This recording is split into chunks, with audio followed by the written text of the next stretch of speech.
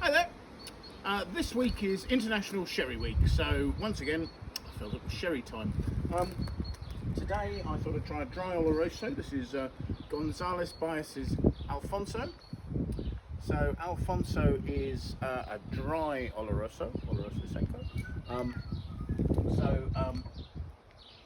Oloroso is a wine made by oxidizing, so the wine is made from Palomino.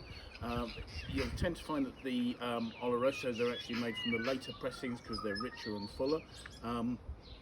The fermented wine is relatively low in acid, so it gets aged in a Solera of American oak barrels, that you get a process of fractional blending, so that each year a portion of the wine is moved into a barrel with older wines.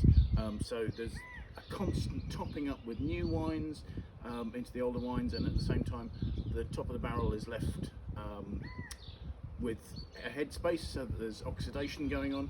So that alters the wine in some ways. I mean, you've got a beautiful colour there. That's a fantastic sort of amber,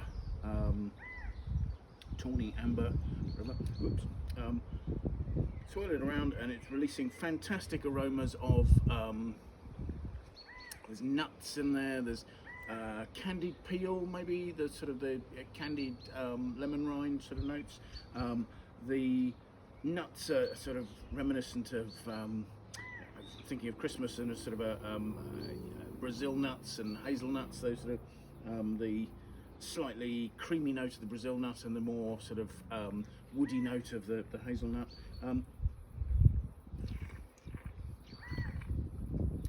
You taste the wine, and gosh, it is completely dry, and actually it's got really good acidity, really lovely freshness.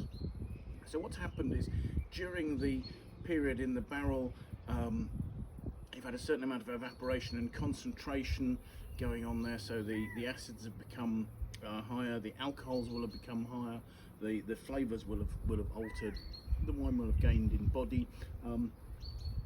Gosh, it's got a nice richness, but it's very, very drying. There's almost a sort of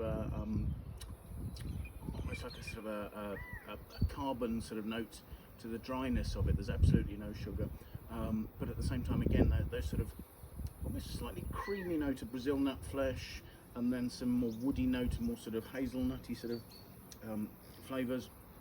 Maybe a slight sort of note of almost sort of bacon fat. There's some sort of richness in there. As I'm talking about the creaminess of a Brazil nut, that kind of thing.